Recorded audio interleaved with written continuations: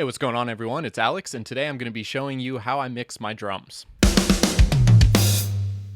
On my other production videos, I have a rough overview of what I'm doing with the drums, but I wanted to take a chance to go through each individual track and show you exactly what I'm doing. So for this drum template that I typically use for my sessions, it's something I've been refining over the process of about maybe 7 years or so, just as I've been recording drums. And it's also catered towards more of a kind of heavier, hard-hitting drum sound.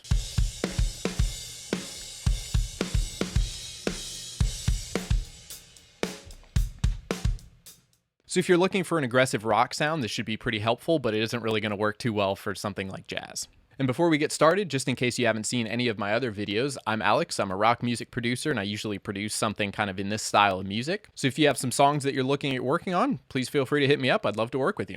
So let's take a look at this session I have here, and we'll just go through track by track with what I'm doing. So first thing you'll notice is that I have a pretty standard recording setup as far as tracks go. I just have my overheads, a kick in and kick out microphone, snare top, snare bottom, 2 toms, and then the room mics. Depending on the song, I'll also add in a hi-hat mic, maybe a ride spot mic, and some additional room microphones just to give a little bit different distance. But for the most part, this is generally the nuts and bolts of what I'm working with. So most of the time when I'm recording drums for someone else, I'm given a WAV or an MP3 file of the track, and then typically a drum list version of that track as well. So you'll see up here that I have these 2 tracks where I'll typically just drag and drop those in. And then I'll put placeholders for the song on where the different changes are. So verse, pre-chorus, chorus, etc. So for this, I'll just go ahead and delete these since we're not using them today. As you can see on the side here, for the mix, as far as the levels and the panning go, I have a pretty heavy reliance on the direct mics. I've got the overheads at -9 decibels here, kick in and kick out at about the same volume, but I really just have both of these options so I can choose between the two and get a rough balance depending on what the song is calling for.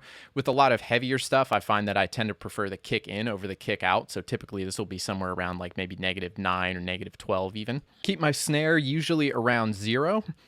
Snare bottom is typically around 9 decibels below the snare top, and then the toms are typically a little lower than that, and I have these panned out almost hard right and hard left.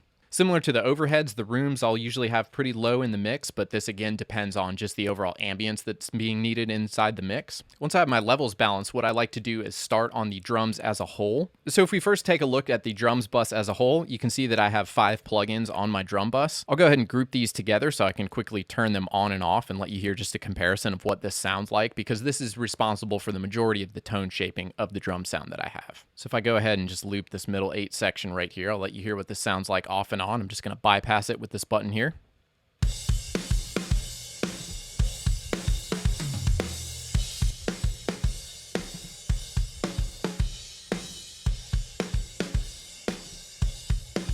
Back on.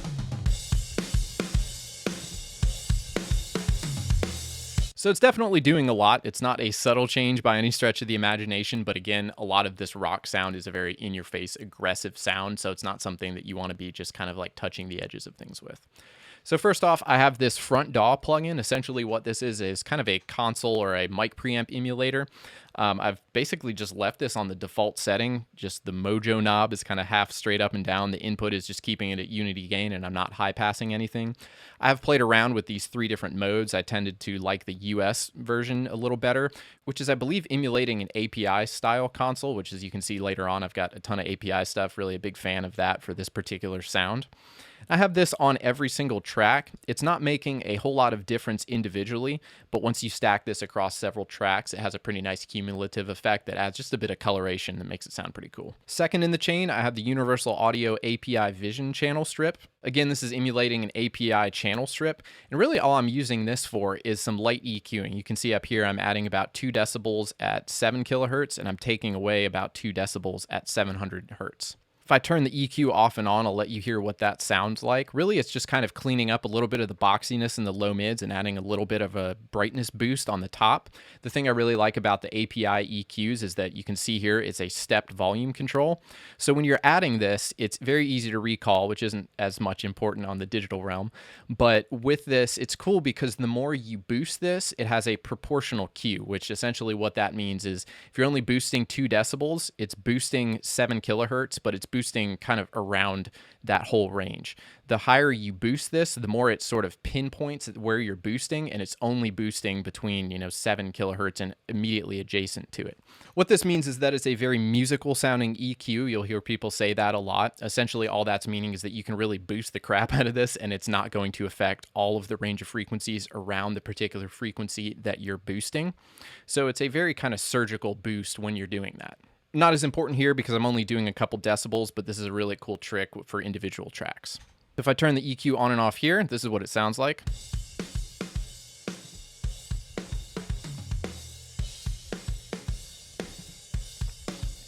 Again, you can hear just this is the brightness that I'm adding. Only doing a little bit there.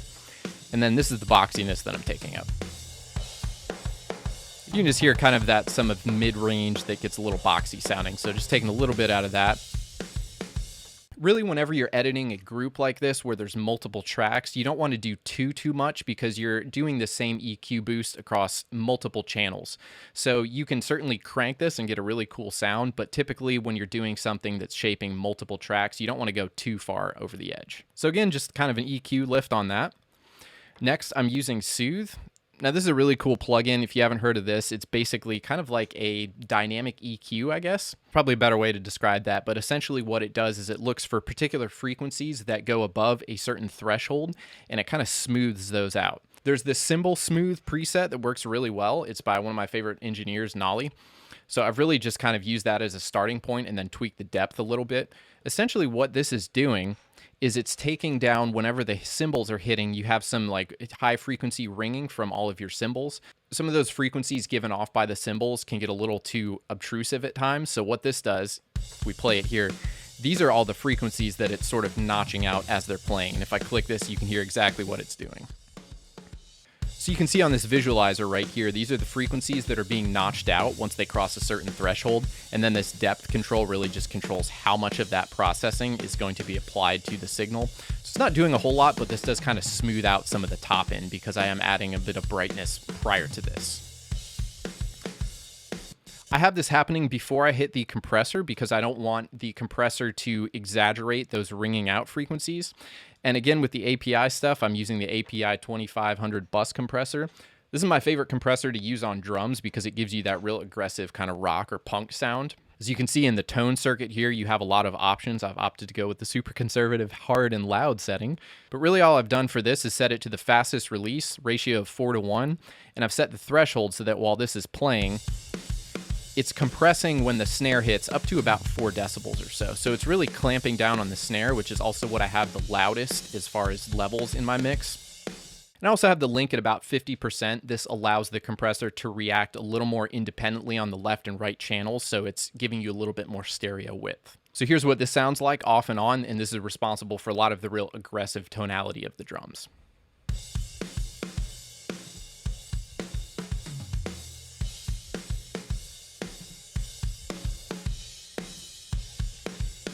So again, this is really cool for getting an aggressive rock sound for drums. The really neat thing about this is that this tone circuit, the loud, essentially you can kind of see this little line here. What it does is it shifts the balance of frequencies as it's going into the compressor's detection circuit so that the compressor is acting a little more evenly to your low end and your high end. With most default compressor settings, it's going to react to the low end frequencies quicker than it does the high end frequencies, which is why you see a high pass circuit or a tone knob on most compressors. This kind of shifts the frequency balance so they're a little more even, and I find that this offers a really cool balance across drums because it's giving you an even grab across all of the frequency spectrum. And lastly, what I have on my drum bus is this clipper plugin. I don't have this on all of my mixes, but I do have it on this particular one. This basically makes it so that it clips any signal that goes above this threshold, which in this case is set to negative 2.07. You can see in the bottom right. And really all I have this doing is clipping the snare, because in a lot of cases when the snare is super pokey like this, because of the way I've mixed it, I don't want the snare to really exaggerate the bus compressor at the end of the master bus. So this really shaves off a few more decibels from the snare before it's hitting the master bus without it really affecting the tonality of it too much. So if we start going through the individual tracks, you can see that I have a fairly similar workflow on each track. So for all of these, like I mentioned, I have this front DAW on the first insert. I'm kind of treating this in two portions. Essentially, first, I'm going to have a subtractive EQ and a little bit of compression going in. And then second is going to be more the tone shaping. So if you think of these first few plugins as just kind of what would be coming into the console if you're recording on a real board or if you're recording with outboard gear, you're going to do a little bit of tone shaping as it's coming into your recording software. And then the second half of the plugins that I'm using are more for the tone shaping and the sculpting. So things that are going to be more reliant on additive EQ, heavier handed compression, and different effects. So by having a couple plugins doing some light EQ and compression, you're sort of emulating what you would normally do if you're tracking in on analog gear or on a console. This helps you get more of that analog sound that people like to talk about. A lot of the sterility of digital recordings is strictly due to the fact that most people will plug in a microphone direct to their interface and expect it to sound good. That's not to say it's going to sound horrible, but it's not really going to have as much of an impact as if you were tracking through, like, say, an SSL and adding some nice EQ and a little bit of compression to give it some character. You're never going to be able to accomplish that by just plugging a microphone straight into an interface. But in the digital realm, you can absolutely emulate that by taking this step of a process and essentially making it so that your first few plugins are kind of doing that light tone shaping that you would normally do on your outboard or analog gear, and then having that hit your software. If you can track that into your session, that's awesome. Like the Universal Audio stuff, for instance, has the ability to track that as it's coming into your recording software. But if not, you can just throw a couple plugins like this and kind of lightly sculpt it, and then use your second half of the plugins to more fine tune that and get it to where you want it to be. So with that approach, I'm essentially doing the first few plugins are kind of doing subtractive EQ and light compression just to take out a little bit of the harshness of certain frequencies that I don't like and to tame a little bit of the dynamics. You can see on most of these that when the compressor is going, I'm typically only doing maybe 1 or 2 decibels of gain reduction, so I'm not squashing it by any means, but it's giving me a little more consistent signal to work with as it's going into the later plugins. So for the second half on my overheads here, I'm just going into an SSL channel strip, which you'll see I use a lot in this session and just all of my mixing sessions really. Doing a pretty hefty boost at 8 kilohertz, taking out some of the low mids around maybe 750. And that's really about it for the overheads. I'll let you hear what this sounds like with and without the EQ.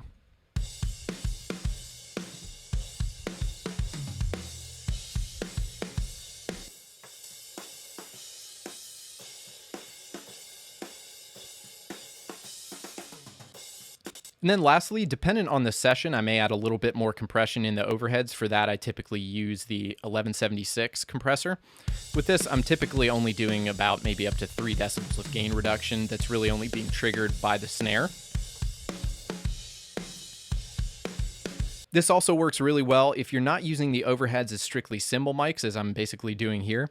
This gives you a little more kind of even-tempered dynamic control over the overheads as a whole. So if I just solo this... So if I solo this while taking out that low cut that I have, here's what the overheads by themselves sound like.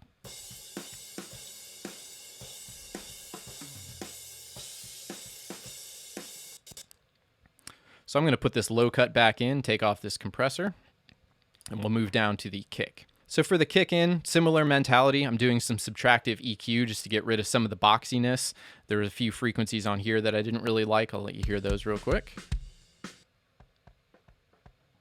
May not be super audible, but you can kind of hear there's some boxiness in there that I just wasn't really liking. And then I'm adding in a decent amount of EQ, again, 8 kilohertz on an SSL channel strip, taking away some of the, looks like the beater attack here. Got a little bit of a weird resonant frequency. And then taking away some of the low mids right around the 400 range. So that's what that sounds like that I'm removing. I'm doing a fair bit of compression on this. It's on every hit, it's at least taking away 3 decibels. On some of the heavier handed hits, it's taking up to 6 or maybe 10 decibels. This really helps keep the kick pretty consistent. As you can see kind of on the waveforms here, I try and when I'm playing to capture a really consistent take on the kick, so most of these are pretty well reined in dynamically.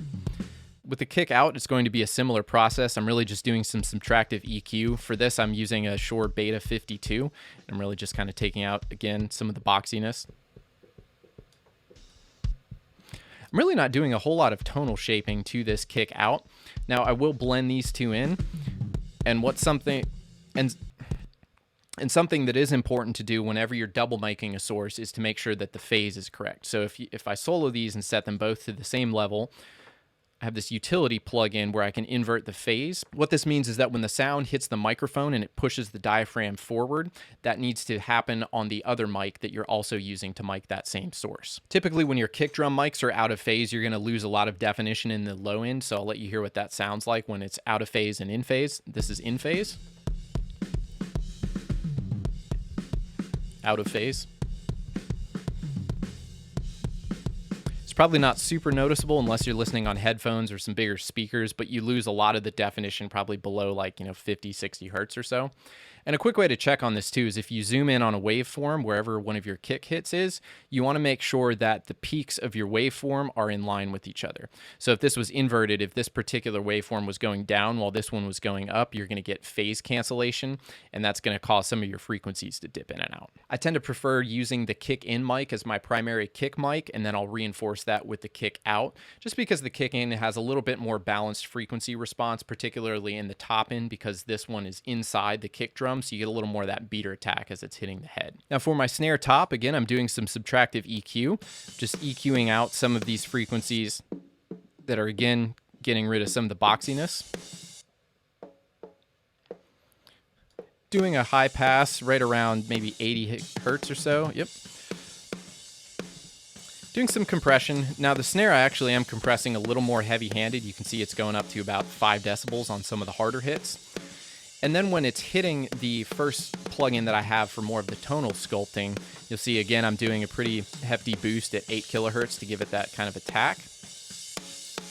It's too much, but if you add in just about 6 decibels, it gives a little bit more of that smack. Taking away some of the more boxiness and adding in a little bit of the low frequency response at around 200 that gives you a little bit more body in the snare. So with and without the EQ on here, here's what it sounds like.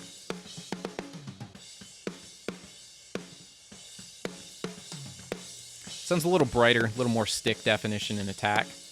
And then you'll see I am compressing this, so each hit's going about 3 decibels, maybe up to 6 on some of them. Lastly on this is just a plugin that I found a while ago that I've kept on my mixing template for a while. It's just an LA2A compressor. It's a little quicker than a standard LA2A would be, so I found that this works pretty good, and I haven't really found anything to replace it.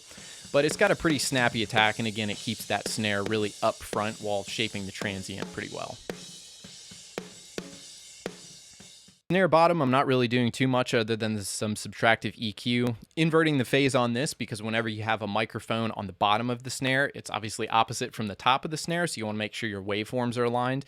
Again, if we use that trick that I showed you earlier to zoom in on the waveforms, you can see that on this, every time the snare is hit, these waveform peaks are going in opposite directions. So when you invert the phase, that corrects those, and then you don't get any frequency cancellation. It's important for any source to do this when you have it double mic, but particularly for the snare and kick, because those are two huge elements in your song, and you don't want to have any frequencies just dip out on those. Now for both of the toms, I'm doing a pretty similar thing. Again, subtractive EQ, a little bit of console emulation. I have a gate on these, which means that when a certain signal isn't hit on the threshold, it's going to turn the signal way down so you don't really hear it. This eliminates a lot of the cymbal bleed. So when I'm not hitting one of the toms, there's not a whole bunch of ambient drum noise. I'll typically just edit out where these tom hits are, but I find that having a gate is a good kind of reference point until I have a chance to go through and really cut out where these particular hits are. And then for the both of these, I'm just doing some additive EQ after the subtractive EQ. And really for each of these, what I'm doing is doing a high pass that is really kind of ramped up on whatever the fundamental note is of the tom. So on tom 1, for example, it looks like this. The fundamental is right about 100 hertz. Tom 2, which is a 14-inch floor tom that I'm using for this song, is right about 72 hertz. So what this does is it boosts it where the fundamental note is, which is where you have your strongest buildup of frequencies and where the kind of fundamental tone of the tom is. And then it's immediately shaving off everything below that in terms of frequency response. And that really kind of exaggerates the main note that's being played in the tom. After this, I'm scooping out a really hefty bit on the mids here. You can hear that this attributes to the boxiness of the toms. And it's really just shaping that a bit more so that you get more of the essence of the main note and some of the stick attack, which I've also boosted in the treble range, which is typically right around 6 to 8 kilohertz. Now for my rooms, I'm doing something kind of interesting here. I have another video explaining a little more in depth how I'm creating this virtual room. So essentially what I've done is I've resampled or re-recorded from this session, this room into an audio file. Now, what that means is that it's on its own track now, but originally this room wasn't created by miking it up. I do have microphones that I'll set up in my drum room, but most times I'll use these virtual rooms because with this, I have a little more flexibility on creating exactly what I want to get out of a room versus just having whatever the room is that you're dealing with. So in order to achieve this, I have an auxiliary send down here that I've titled Rooms, and this is going into the Universal Audio Ocean Way Studios. If I don't have my Universal Audio interface plugged in, and I'm not using the plugin, I'll just use this stock Ableton hybrid reverb in its place. And this, I just have a convolution reverb set up for this live studio room that's again replicating a drum room. So really what I'm doing here is on this Rooms plugin, if you open up the Ocean Way Studios, I just have it set to this drums 1 source. I've played around with a little bit of the mic placement and the distance, done a little bit of level balancing and some EQing down here. And this is cool because you can give it its own sense of width. If I have a mix where I maybe don't need as much width, but I want a little more of that room sound, I can just go through and maybe, change some of the microphones here and get this into a tighter placement so you're not hearing as much of that stereo width. But most of the time, I'll use something like these KM54s where you can see the far mics are a little more spread out, and then I can just adjust these to taste. Now, the way that I'm feeding the signal into this is I'm sending this through an auxiliary bus pre-fader. Now, typically, you wouldn't want to use a pre-fader send on an auxiliary send, but in this case, it's working because no matter what I do on the level balance for my drums mix, I want the room mic balance to stay unchanged. Essentially, I'm creating this virtual room that needs to be uninhibited and unchanged by whatever I'm doing up on my individual channels. Now, this is completely different if you're, say, adding a reverb to a vocal, where you have that ratio of your vocal level and your reverb send level set, and whenever you change your vocal level, it's going to also change that reverb level. Now, if you have it pre-fader, it means that wherever you've set that level for your aux send, no matter what you do with the track level, that main aux send level is going to stay where it's at. So if all of a sudden you get your reverb on your vocal set, like say this, and you turn the vocal down, now you've got the reverb is a lot louder comparatively to where the vocal was set than it was before you made that change. So again, this is something you wouldn't typically do, but this is something I've kind of developed over the years to just really get a cool room sound. And this way I can also shape it as far as what's going into the room. If I want more or less kick in the room mics, it's a really easy thing to achieve versus saying, yeah, I need you to re-record that, and we're going to move the mic back. So it gives you a pretty cool option for that. And then I just re-record that aux send audio back into its own track so I can affect that on its own. So here's what these rooms sound like on their own, just at full volume.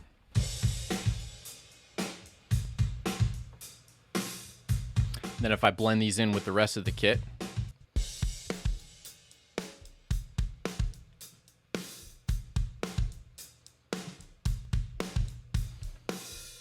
here it's adding a little bit more stereo width and a lot more space to it. So again, depending on the song, I'll adjust this as needed, but typically it's around 9 or 12 decibels.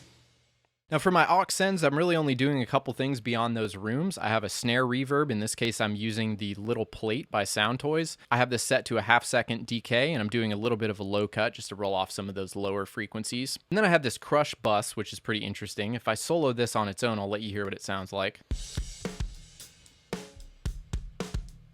It's a pretty compressed, dirty sound. And what I'm doing is really compressing this a lot with just the stock glue compressor, which is modeling an SSL compressor. I have this going into a decapitator, which is just a distortion plugin. Good bit of drive, so it's adding a little bit of grit to it.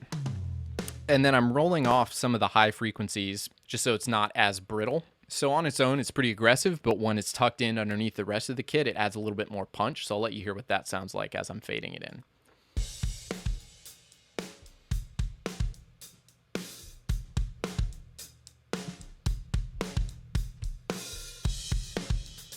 So easy to go overboard, but with and without, you can hear it adds a little bit more slap and stick definition. So that's pretty much where I've got my balance for the drums. Now my master channel I'll play around with depending on what the actual mix of the song is. If I'm not doing the mix for the song, I typically won't do a whole lot here. But sometimes I'll do a little bit of EQing on the master bus if there's still frequencies that are sticking out. I'll typically have it going into an SSL style compressor, in this case the Universal Audio one. This is really only doing about maybe 2 to 4 decibels of reduction. I've got the attack set to 0.3, so it's really just clamping down right after that initial transient comes through, which adds a bit more attack. Real quick release, 4:1 ratio. And then lastly, I'm putting this through a tape emulator. This is the Studer A800 by Universal Audio. Really what this is doing is adding a little bit more of a frequency boost in kind of the like low mid area and softening some of the transients. So when this is off and on, it's kind of a subtle thing, but it adds a little bit more weight to it.